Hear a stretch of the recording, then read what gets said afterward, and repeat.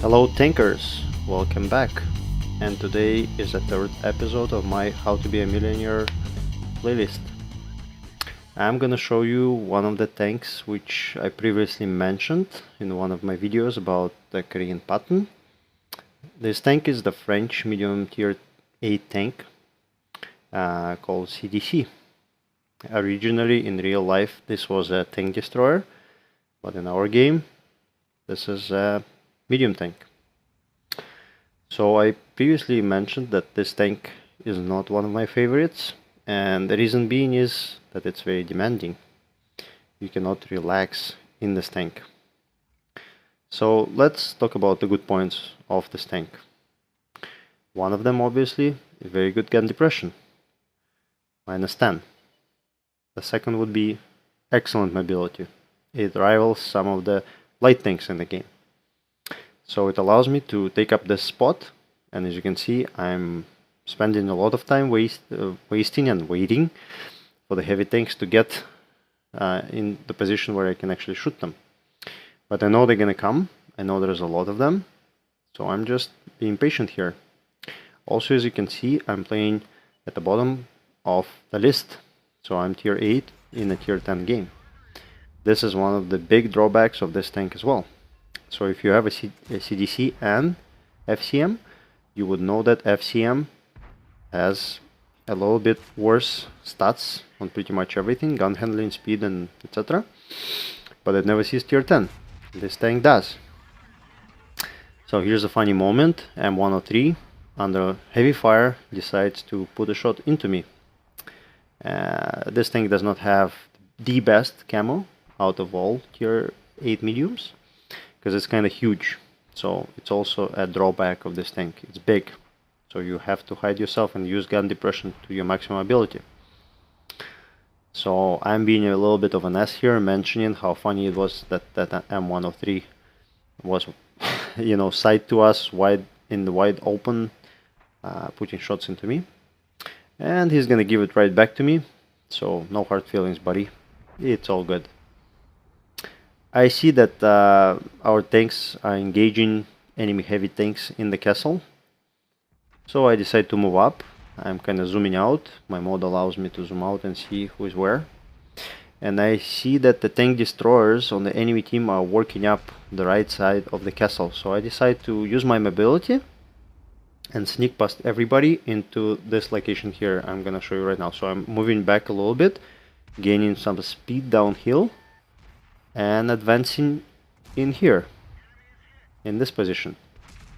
There's no RT, and this tank is an RT magnet, because the armor pretty much on all of the tank is non-existent, even to artillery shells, so you pretty much get all the shots into you with full damage.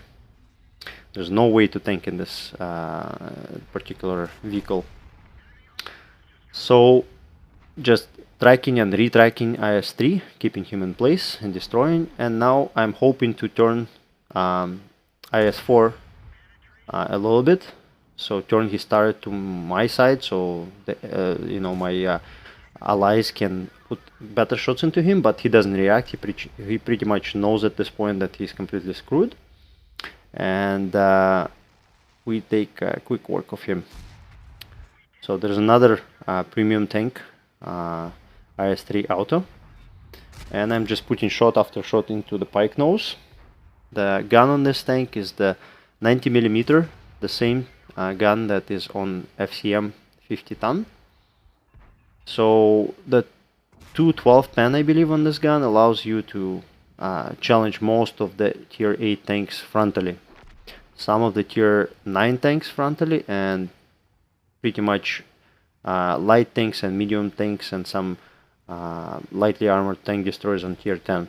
So I don't think you would be able to challenge like IS-4 frontally with this gun using standard rounds. And because this is a premium tank, the purpose is to farm credits. So I barely use the premium ammo unless it's absolutely necessary and I'm trying to carry a game or something like that. So in this game I noticed that there were two medium tanks battling on the other flank, kind of close to our spawn, so I decided to come back after we dealt with our flank. And I see that T-62 moved into the middle,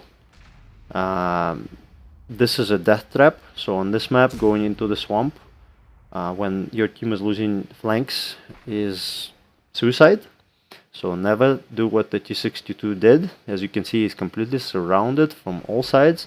His mobility is severely impacted on the soft terrain, so I highly do not recommend going there until you're completely sure that there's nobody that can spot you or work you up from the hill above.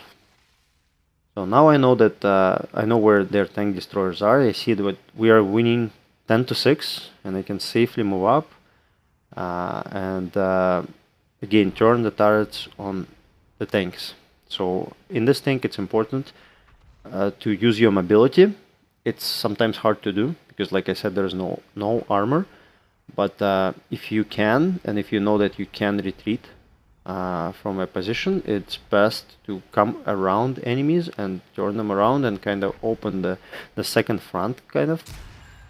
So I see the tier 10 full HP tank destroyer, and this is so sweet. I mean, he's just so fat, just waiting for me to consume all these health points on him.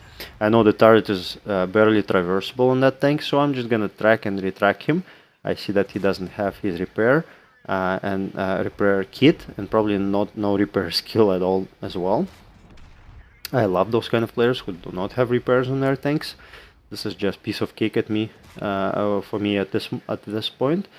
So I'm just gonna keep on retracking him, and I'm gonna take all of his HP out all by myself pretty much. And this game is done. So it's 14-8.